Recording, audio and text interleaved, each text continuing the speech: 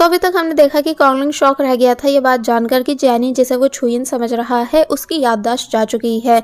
इसलिए तभी जेनी को अपने साथ एक ऐसी जगह लेकर आया जहाँ कोई नहीं हो और फिर पूछता है कि तुम सच कह रही हो, यानी क्या सच में तुम्हारी याददाश्त चली गई है या ये कोई मजाक है।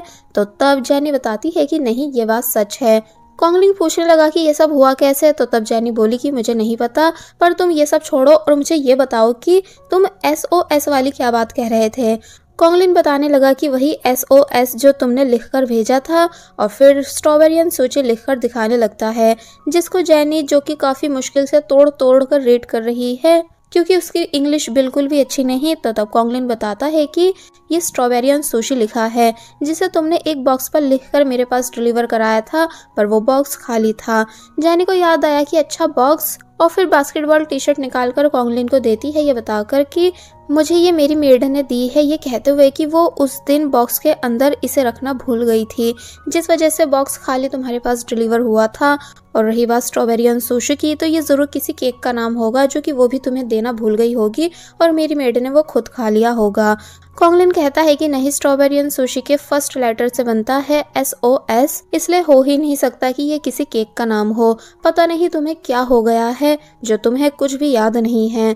तो तब जेनी फाइनली अब दिमाग चलाती है और फिर परेशान होने लगती है कि इसका मतलब छुयिन किसी बड़ी मुसीबत में थी जो वो जाने से पहले ये सब करके गई। इसका मतलब ये बहुत ही सीरियस मैटर है जिसके अंदर मैं ऐड हो चुकी हूँ, यानी कि मुझे छुयिन की जगह पर नहीं आना चाहिए था। पर तभी कॉन्गलिन डायरेक्ट जेनी को हक कर लेता है क्योंकि वो जेनी को ऐसे अननोन बिहेव करते हुए देखकर हैरान हो रहा था कि जैसे पता नहीं छुयिन को क्या हो चुका हो। तो वहीं जेनी बुरी तरह शॉक रह जाती है कॉन्गलिन के ऐसा करने की वजह से। कॉन्गलिन अब काफी बातें कहता है कि अगर तुम डिप्रेशन में हो तो मुझसे अपना दर्द शेयर कर सकती हो, लेकिन इस तरह अनजानों वाला बिहेव मेरे सामने मत करो क्योंकि मैं तुम्हें ऐसी हालत में देखकर परेशान हो रहा हूँ। और अगर तुम याददाश्त जाने की एक्टिंग कर रही हो तो प्लीज ये भी बंद कर दो। जेनी चिल्लाई कि नहीं, ये झूठ नहीं है, और फिर तभी कॉन्गलिन को खुद से दूर कर देती है और फिर यहाँ से जाने लगी क्योंकि वो कॉन्गलिन के और किसी सवाल का जवाब नहीं दे सकती थी। नेक्स्ट सीन में क्लासमेट्स बातें कर रहे होते हैं कि आज छुयिन कैसे गिरने की एक्टिंग कर रही थी और कॉन्गलिन कैसे उसे उठाकर मेडिकल रूम लेकर गया। फिर तभी जेनी यहाँ आई जिसके पास लीवाई आता है और पूछता है कि बताओ तुम कहाँ बैठोगी, तुम्हारी सीट कौन सी है। जेनी बोली मुझे नहीं पता। तो तब एक दो स्टूडेंट्स बताते हैं कि छुयिन यहाँ बैठती है। तो तब जेनी उस सीट पर बैठ गई। कॉन्गलिन भी क्लास में आ चुका था। फिर जब निकी यहाँ आई और जेनी के पास आकर खड़ी हो गई, जिसे क्लासमेट समझकर जेनी ने स्माइल करते हुए हेलो करा। तो तब निकी को काफी अजीब लगा और वो डायरेक्ट पूछती है कि आखिर तुम हो कौन।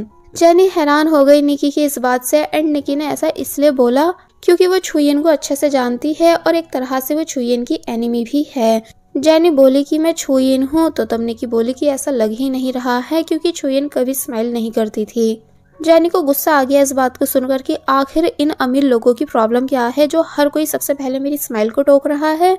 क्या छुयिन कोई ज़ॉम्बी थी जिसका स्माइल करना सबको इतना अजीब लग रहा है? और ये लड़की है कौन जो अपनी नजरों से मेरा मर्डर करने की कोशिश कर रही है? ओ गॉड, मैं कहाँ फंस गई हूँ। और फिर काफी सोचने के बाद खड़े होकर जोर से चिल्लाकर सबको बता देती है कि मेरी याददाश्त जा चुकी है, इसलिए कोई भी मुझसे किसी तरह का क्वेश्चन नहीं करे। सभी शॉक हुए इस बात को सुनकर कि आखिर ऐसा कैसे हो गया, यानी ये बात सभी को हैरान कर जाती है। तो वहीं निकी कहती है कि मेमोरी जाने पर वॉइस भी चेंज हो जाती है क्या, और कहीं ये सब तुम्हारे साथ इसलिए तो नहीं हो रहा क्योंकि तुम अपने घर से गायब थी। जेनी बोली कि हाँ वही, तुम एकदम करेक्ट गैस कर रही हो। तो तब निकी को जेनी और ज्यादा अजीब लगने लगती है कि कैसे इसकी तो पूरी पर्सनैलिटी चेंज हो चुकी है, जबकि पहले ये ऐसी बिल्कुल भी नहीं थी बल्कि घमंडी थी। तो वहीं लीवाई भी इन सभी बातों को सुन रहा था। छुयिन अब वॉशरूम आई और खुद से बोली कि आखिर मैंने ये खुद को कहाँ फंसा लिया है। मैं लोगों के सवालों के जवाब दे देकर परेशान आ चुकी हूँ। एंड छुयिन तुम कहाँ हो, और कहीं तुम्हारे साथ सच में कुछ बुरा तो नहीं हो गया जो तुम्हें हेल्प चाहिए थी। इसलिए डिसाइड करती है कि मुझे इस लाइफ से निकलने से पहले छुयिन की सच्चाई का पता लगाना होगा, वरना कहीं मेरे ऊपर उसके गायब होने का इल्जाम नहीं लग जाए। कि तभी निकी यहाँ आती है और पूछने लगती है कि क्या हुआ, क्या तुम टेस्ट को लेकर टेंशन में हो। तो तब जेनी उससे पूछती है कि तुम्हारा नाम क्या है और हमारे बीच कैसा रिलेशन है। निकी नाम बता देती है और कहती है कि मुझे देखकर तुम्हें क्या लगता है कि हमारे बीच कैसा रिलेशन होगा। तो तब जेनी बोली कि मुझे बस इतना बताओ कि क्या मेरे गायब होने से पहले तुमने मुझ में कोई अजीब बात नोटिस करी थी? निकी कहती है कि मतलब जरा डिटेल से समझाओ। तो तब जेनी बोली कि छोड़ो, तुम नहीं समझ पाओगी, इसलिए मैं किसी और से पूछ लूंगी। और फिर तभी यहाँ से चली गई।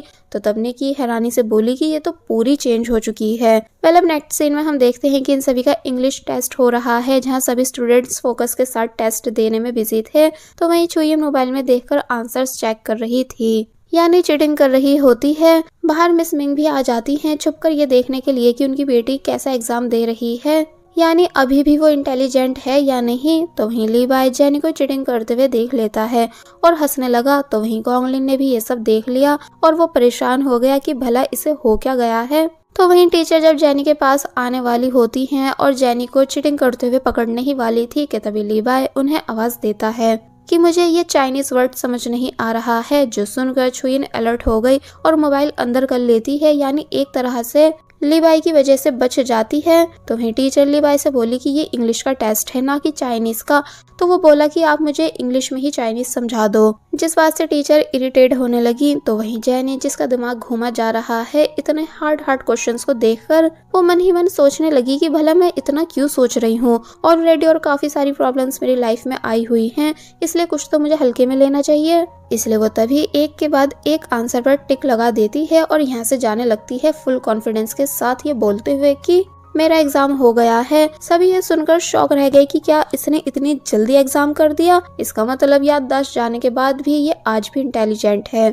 तो वह लीवाई भी अपना पेपर दे देता है कि मेरा भी टेस्ट हो चुका है, ताकि वो जेनी के पीछे जा सके।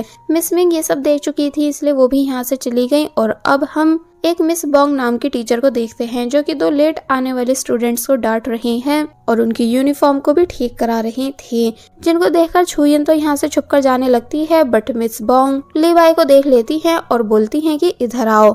लीवाई पूछता है कि कौन, क्या मैं? तो वो बोली कि हाँ, मैं तुम्ही से बात कर रही हूँ, यहाँ आओ। और फिर लीवाई को डांटने लगी कि तुमने ये क्या हेयर स्टाइल बना रखा है, तुम यहाँ स्कूल में पढ़ने आते हो या फिर पार्टी करने?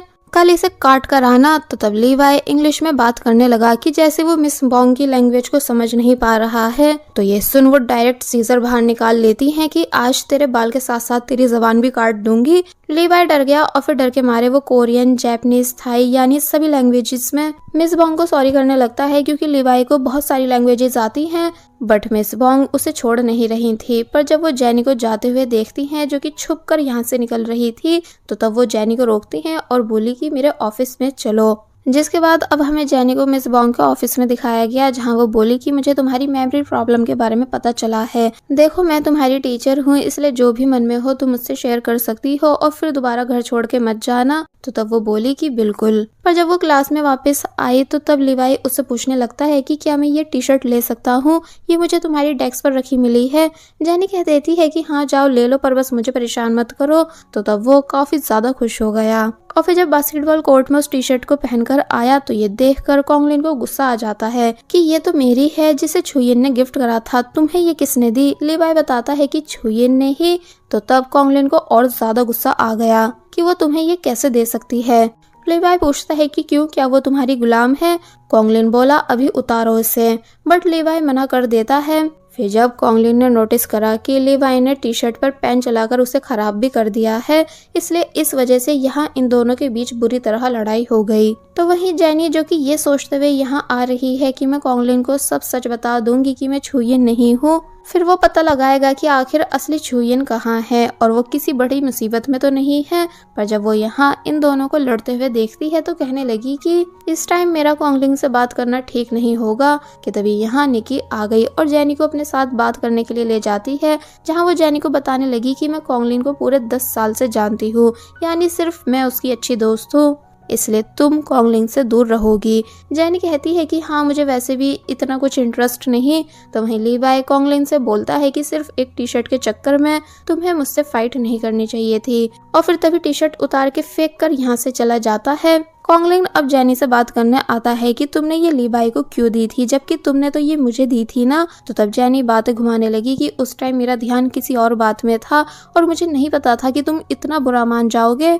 तो तब कॉन्गलिंग धीरे धीरे जेनी के क्लोज आने लगा और उससे बोला कि देखो, सिर्फ मैं तुम्हारा अच्छा दोस्त हूँ, इसलिए तुम सिर्फ मुझे गिफ्ट्स देने के राइट्स रखती हो, ना कि किसी और लड़के को। साथ ही अब इस टी शर्ट पर पेन चला दिया गया है। वैसे तो लीवाई मना कर रहा है कि ये काम उसका नहीं, पर बस अब मैं इसे पहन नहीं सकता हूँ, तो तुम ही इसे रखो। और फिर तभी यहाँ से चला जाता है, जबकि जेनी कहती रह गई कि जब इसे ये अपने पास रखनी ही नहीं थी तो इसने लीवाई से छीनी ही क्यों। मतलब नेक्स्ट सीन में हम छुयन को देखते हैं, जिसका शाओ हेयर कलर चेंज करने वाला है, ये बताते हुए कि मैं हर साल तुम्हारे बालों पर नए कलर्स करता हूँ क्योंकि यही स्टाइल तुमको पसंद है। बट छुयन साफ मना कर देती है कि मुझे अपने बालों पर कुछ नहीं कराना। मुझे नहीं पता कि मैं पहले ऐसा क्यों कराती थी, लेकिन अब ये सब कलर्स मुझे वाहियात लग रहे हैं। और फिर तभी यहाँ से चली गई। तो तब शाओ एंड सोमी एक बार फिर काफी ज्यादा हैरान होने लगते हैं कि ये तो बहुत ही बदल चुकी है। तो वहीं दूसरी तरफ जेनी जब स्कूल से वापस घर जा रही होती है तो वो शाओ से पूछने लगती है कि मॉम कहाँ है। शाओ ने बता दिया कि वो किसी काम में बिजी हैं। तो तब जेनी शाओ से पूछने लगी कि वैसे मेरे और तुम्हारे बीच पहले कैसे रिलेशन थे। तो ये सुन शाओ याद करने लगी कि छुयन कैसे उसके साथ रूठ रही है, जिससे वो डरा भी करती थी। और जब वो छुयन के कपड़े वॉश करते टाइम गलती से खराब कर देती थी तो छुयन शाओ के फेस पर फ्रिज मार देती थी और फिर ऐसे करती थी कि जैसे उसने कुछ करा ही नहीं हो। साथ ही छुयन को ये भी पता चल जाता था कि शाओ उसकी मॉम की लिपस्टिक यूज करती है और साथ ही क्रीम भी, इसलिए छुयन शाओ को ब्लैकमेल भी करके रखती थी कि मैं मॉम को तुम्हारी हरकतों के बारे में बता दूंगी। यानी एक तरह से छुयन और शाओ के बीच रिलेशन ज्यादा ठीक नहीं रहे हैं। पर शाओ प्रेजेंट में जेनी को बताती है कि हम दोनों शुरू से बेस्ट फ्रेंड्स की तरह रहे हैं। तो ये सुन जेनी बोली कि अच्छा ऐसा है तो फिर हम अब भी बेस्ट फ्रेंड्स की तरह रहेंगे। अब नेक्स्ट सीन में हम मिस मिंग को देखते हैं, जो कि डॉक्टर की बात याद कर रही हैं कि वो कैसे बता रहे थे कि छुयन की बॉडी में जो पहले की थोड़ी बहुत इलनेस थी वो सब इरेज हो चुकी हैं, जो कि किसी मैजिक से कम नहीं। साथ ही आज जब मिस मिंग ने जेनी को क्लास में चीटिंग करते हुए देखा था तो उन्हें ये सब बिल्कुल अच्छा नहीं लगा था। और फिर वो उस दिन को भी याद करने लगती हैं जब जेनी घर से काफी सारा सामान लेकर जा रही थी, जैसे कि वो उसे चोरी कर रही हो। इसलिए इन सभी बातों को याद करके वो अब जेनी पर शक करने लग जाती है कि ये मेरी बेटी है भी या नहीं। कि तभी जेनी यहाँ आ जाती है और मिस मिंग को देखकर खुश हो रही होती है, बट वो उससे आज थोड़ा रूडली बात करती हैं और बस इतना कहती हैं कि मुझे उम्मीद है कि तुम हर बार की तरह इस बार भी ग्रेड 1 लाओगी। तो तब जेनी को काफी अजीब लगा कि ये आज मुझसे इतना रूडली बात क्यों कर रही हैं और गुस्से में नजर क्यों आ रही हैं। अब रात में जेनी अपने इस न्यू मोबाइल से एफबी ऑन करती है, जिससे उसको पता चला कि सोमी ने अपना मोबाइल बेच दिया है पैसों की कमी की वजह से। लेकिन मोबाइल बेचने से पहले उसने वीडियो पोस्ट करी थी सभी को ये बताने के लिए कि अगर कोई भी उसे कॉल करे और कॉल नहीं लगे तो इसलिए कोई भी परेशान नहीं हो। जेनी वैसे तो आराम से सुमी की बातें सुन रही होती है, यानी आराम से वीडियो देख रही थी, लेकिन जब जैसी वो बैकग्राउंड में अपनी हमशक्ल छुयन को नोटिस करती है तो ये देखकर उसके होश उड़ गए कि क्या मेरी हमशक्ल छुयन वहाँ है। और बस फिर इसी सीन के साथ ये पार्ट यहीं पर एंड हो जाता है।